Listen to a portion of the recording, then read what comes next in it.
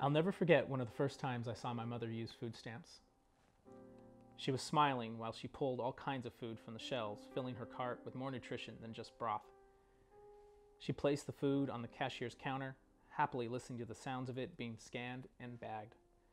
We were so hungry that my siblings and I were smiling too. However, our smiles faded when Mom realized the grocery total exceeded what she had in food stamps.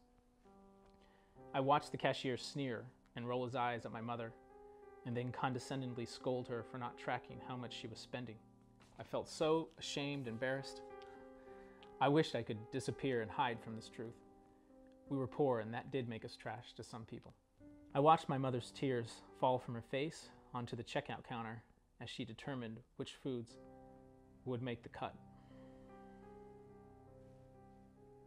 I still find it difficult to admit this, but I left my mother in line. It's hard. And I ran, to the car. I ran to the car to hide from the embarrassment and to cry alone. Not having enough money gave birth to shame and a need for control. This shame began to attach itself deep inside of me. Instead of parking in the front, as we normally did, my mother drove to the back of the store.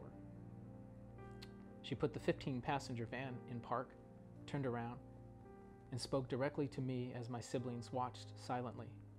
"Adam, I need you to get out of the van." And that's all she said. I thought, is she going to leave me here so that there's just one less mouth to feed?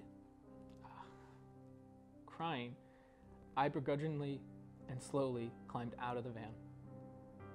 She told me to walk toward the huge brown metal dumpster. Then she told me to open the dumpster's side door. I didn't want to do this because I could see my mother's eyes, and she didn't want me to do this either. I didn't think this was going to turn out well for me. I could learn to eat less, even complain less about the brothy soup. Just don't leave me, please.